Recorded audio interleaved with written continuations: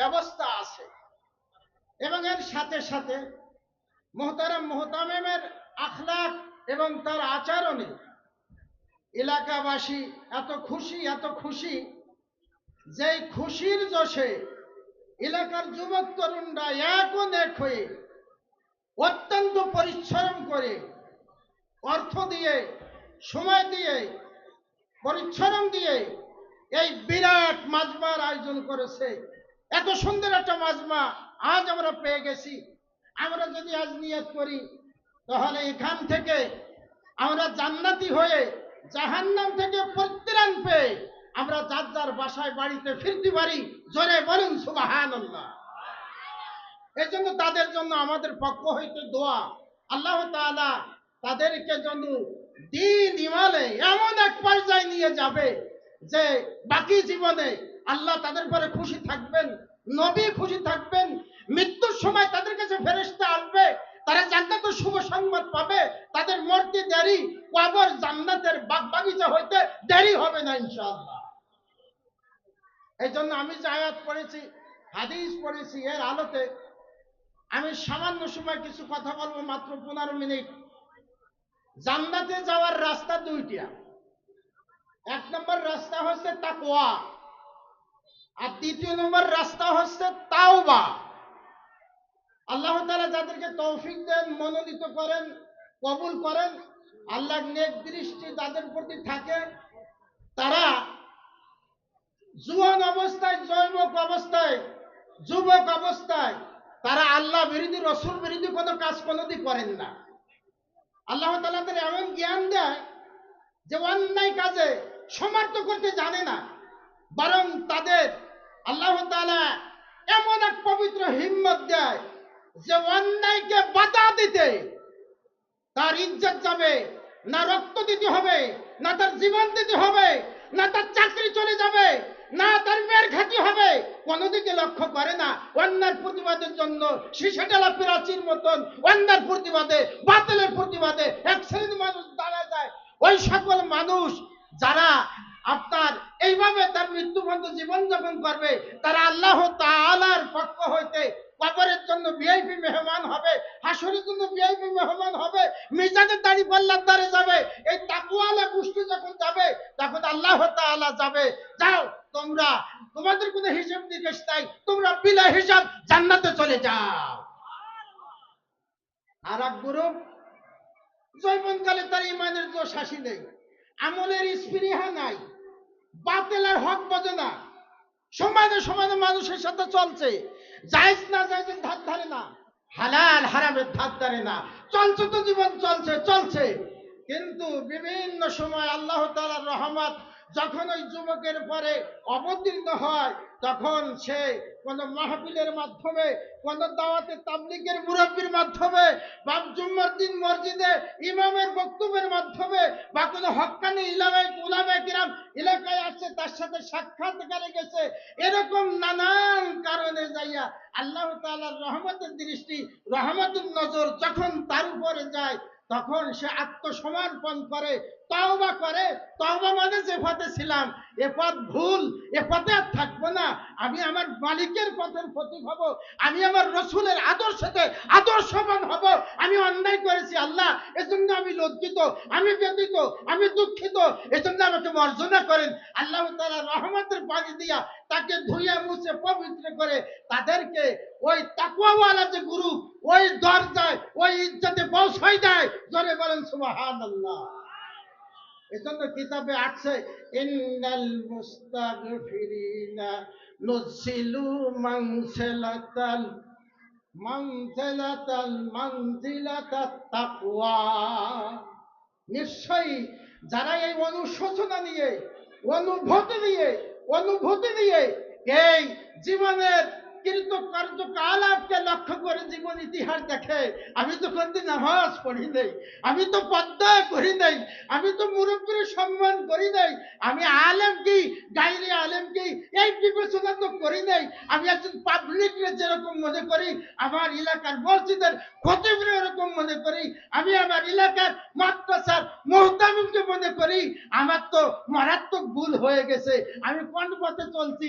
আমার মালিক তো আল্লাহ, আমার আমার গলায় তো কালেমার রশি দেয়া, মালিক যখন টান দেবে তখন চলে যেতে হবে, আমার ভুল হয়ে গেছে। তখন বিগত জীবনের ইতিহাসে সে ব্যতীত হয়ে আল্লাহর কাছে ক্ষমা চাওয়ার জন্য প্রস্তুত হয়ে যায়। আল্লাহ দেখে আমার বান্দার মৌখিকতা আর অন্তরের যে অবস্থা মিল হয়ে গেছে, আমার বান্দার জীবনের সমস্ত গুনাহ মাফ, আমার বান্দাকে আমার রহমতের করে তুলে নিলাম। জোরে বলেন সুবহানাল্লাহ। এই জন্য উলামায়ে কিরাম বলছেন যে তওবাকারী যে প্রাইজ পাবে, জীবনে কোনো গুনাহ করি নেই, বিনা হিসাব জান্নাতে যাবে, মালাকুল মউতের দ্বারা সমস্যা নাই, মুনকার নাকিরের কাছে সমস্যা নাই, কবরে দীর্ঘদিন থাকবে কোনো সমস্যা নাই, হাসরের ময়দানে উঠবে, ডান হাতে আমলনামা নেবে, সমস্যা নাই, হাসরের ময়দানে যাইয়া আর সাজবির ছায়াতলে থাকবে, সমস্যা নাই, হাউজে কাউসারের পানি খাবে, সমস্যা নাই। আল্লাহ তাআলার রাসূলকে 50,000 বছর পরে উঠানো হবে, উঠবে, আর আল্লাহর নবী উম্মতের দরদ দিয়া ময়দানে উঠে জিবরিল আমিনের সাথে কথা বলবে, কায় ওহুয়া ইয়াবকি ওয়া ইয়াকুলু ইয়া জিবরাইল আইনা উম্মতি আইনা উম্মতি আইনা উম্মতি। এবার আল্লাহ তাআলার নবী অত্যন্ত ভারাক্রান্ত মন নিয়ে দয়ার পরশ হয়ে জিজ্ঞেস করেন, জিবরিল মাঠে ময়দানে কোনো লোকজন নাই, আমার উম্মতের খবর কি? আমার উম্মতকে সব জাহান্নামে গেছে, আমি এখন আসলাম, আমাকে এখন আল্লাহ, আমি তো উম্মত দেখি না। তখন রাসূলকে অবায় বাণী শোনানো হবে, হে দরদি উম্মতের দরদি নবী, হে আখির জামানার নবী, হে আল্লাহর দোস্ত, আপনি কাঁদবেন না দয়া করে। সর্বপ্রথম আপনাকে কবর থেকে আল্লাহর অর্ডারে আমি জিবরিল আমি উঠে এসেছি, আপনার জন্য এই যে চেয়ার, এই যে আসন, এই যে মাকামে মাহমুদ, আপনি বসেন এখানে। আল্লাহর রাসূল বসবেন না, হাত লাগাবে, বসবেন না, যে আমি তো ঠিক বসি, আমার মাকামে মাহমুদ আমাকে নিয়ে জান্নাতে চলে যাবে, আমার উম্মতের অবস্থা কি হবে? এজন্য বসবেন না। উম্মতের জন্য মিছানে দাঁড়িয়ে পারলে দাঁড়িয়ে দৌড়বে, কোন সুরতের কাছে দৌড়বে, হাউজের কাউসারের দ্বারে পানি পান করাতে দৌড়বে। এজন্য আমরা যারা যৌবনকাল থেকে 15 বছর বয়স হয়েছে, এরপরে আমার অনুভূতি হয় নাই, আমি তো মাদ্রাসায় পড়ি নাই, আমি তো শিক্ষকদের কাছে নামাজ শিখি নাই, নামাজের 13 ফরজ আমি জানি না, ওয়াজিব 14টা আমি জানি না, সুন্নাতে মুআক্কাদা 12টা আমি জানি না, ওযু ভঙ্গের কারণ 7টা আমি জানি না, নামাজ ভঙ্গের কারণ 19টা আমি জানি না। এখন শুনতে শুনতে আমার অনুভূতি হলো আমি তো গণ্ড মূর্খ, আমি তো বড় জাহেল, যার জমিনে হাঁটি তার সাথে আমার পরিচয় নাই, যার আসমানের তলায় থাকি আমার পরিচয় নাই, আমি তো খাচ্ছি আর ঘুমোচ্ছি আর আনন্দ করতেছি, আমার হবেটা কি? এই অনুভূতিতেই যারা তওবার গণ্ডিতে চলে আসে তারা ওই পর্দায় চলে যায়।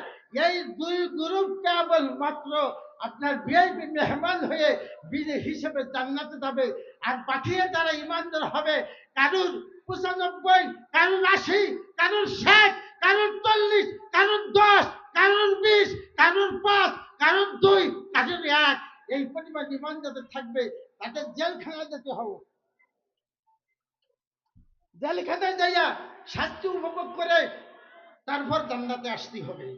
এজন্য উলামায়ে কেরাম বলেন, যত বড় খতিব হন না কেন, যত বড় আলেম হন না কেন, যত বড় হাফেজ হন না কেন, যত বড় দানবীর হন না কেন, লেশ মাত্র গুনাহ থাকতে তোমাকে জান্নাত দেওয়া হবে না। কারণ আল্লাহ তাআলা অগ্রিম অগ্রিম ঘোষণা করেছেন, উইদ্দাত লিল মুত্তাকিন, আমি আল্লাহ যে জান্নাতকে সাজিয়েছি, এ জান্নাত কেবলমাত্র মুত্তাকিনদের জন্য। মুত্তাকিনের দরজায় না পৌঁছানো পর্যন্ত বড় বড় হাজি হও, যত পীর হও কেন, তুমি জান্নাত পাবা না। এজন্য গ্রাম্য সাহাবী আল্লাহর রাসূল মদিনাতুল মুনাওয়ারা মসজিদে বসে আছে, গ্রাম্য সাহাবী এসে দেখে রাসূল একা একা বসে আছেন, সাথে সাথে আল্লাহ রাসূলের সাথে কথাবার্তা বলতেছেন, ইয়া আইয়ুহান নাবিয়্যু ইন্নী উরিদু সাফরা ফাসাবিদলি, হে নবী আমি তো লম্বা সফরের ইরাদা করেছি, রাসূল দয়া করে আপনার উম্মত আমি সাহাবী, আমার জন্য আমার সফরের সামান আপনি ব্যবস্থা করে দেন। আল্লাহ তাআলা রাসূল ডাকলেন, যে আমার সাহাবী দুনিয়ার কোনো সামান চাচ্ছে না, কারণ দুনিয়াতে তার মা আছে, তার বাবা আছে, তার স্ত্রী আছে, তার মেয়ে আছে, তার ছেলে আছে। সে যদি কলকাতায় যেত সফরে, সে যদি লন্ডনে যেত, তাহলে তার বাসা থেকে সফরের সামান গোছগাছ করে দিত। আমার কাছে যেহেতু সামান চাইছে, এ সামান দুনিয়ার সামান না, এ সফর দুনিয়ার সফর না, এ সফর তো আখেরাতের সফর। আল্লাহর রসুল মনোযোগীর সঙ্গে আল্লাহ তাআলার কাছে পবিত্র জুমার দিয়ে বলে দিলেন, ইয়া আল্লাহ, জাওয়াদাকাল্লাহু তাকওয়া। ও আল্লাহ, আমি এই আমার সাহাবারে দোয়া দিলাম, এ সাহাবা তোমাকে যেন আল্লাহ তাআলা তাকওয়া দিয়ে দেয়। জোরে বলুন সুবহানাল্লাহ। তাকওয়া পার পরে গ্রাম্য সাহাবী দেখে আমার নবীর হালাত বলো, মন ভালো, আল্লাহর সাথে যোগাযোগ বলো, আমার সুযোগ, এই সুযোগে সদ্ব্যবহার করতে হবে। হুজুর ফাঁসে নেই, আমার জন্য আর একটু বাড়াই দেন। আল্লাহ তাআলা রসুল দ্বিতীয়বারে তার জন্য দোয়া দিল, অগফর আল্লাহু জামবাক, আল্লাহ তাআলা যদি তোমার গুনাহ সমূহকে মিটিয়ে দেয়, মাফ করে দেয়। জোরে বলেন সুবহানাল্লাহ। সাহাবী দেখলেন আল্লাহ রাসূলের মাঝে সমস্ত ভালো, পরিবেশ ভালো পেয়েছি, কোনো ঝাইঝামেলা নাই, আর একটু চাই। আল্লাহ রাসূলের কাছে আরজ করলো, ফাজিদনি ইয়া রাসূলুল্লাহ, আর একটু সামান কিছু বাড়াই দেন। আল্লাহর নবী তৃতীয়বারে তার জন্য দোয়া করে দিল, ওয়াসসারাকাল্লাহু খায়রান হাইসু কুনতা। আল্লাহ তাআলা নবী দোয়া দিলেন, তুমি যেখানে থাকো না কেন, আল্লাহ তাআলা তোমার জন্য কল্যাণকে যেন সহজ করে দেয়। জোরে বলুন সুবহানাল্লাহ। এই জন্য ভাই আমার কথা এখনই শেষ। এই যে যে দুই রাস্তা বলছি, একটা রাস্তা তাকওয়া, আর এক রাস্তা তওবা। এই তওবা আর তাকওয়া, এই লাইনে আসতে হলে আপনাকে তিনটে জিনিসের সাথে সম্পর্ক করতে হবে। এক নাম্বার মাদ্রাসার সাথে সম্পর্ক, দুই নাম্বার মসজিদের সাথে সম্পর্ক, তিন নাম্বার মাদ্রাসা মসজিদের পরিচালক যারা, মোহতামেম যারা, খতিব যারা, হক্কানি রব্বানি আলেম যারা, তাদের সাথে তাল্লুক আর মোহাব্বত পয়দা করতে হবে। এই তিন জিনিসকে ধরে রাখতে হবে। এই তিনটি যদি ধরে রাখেন, আপনার মধ্যে তাকওয়ার ঢেউ আসবে, আপনার মধ্যে আপনার لا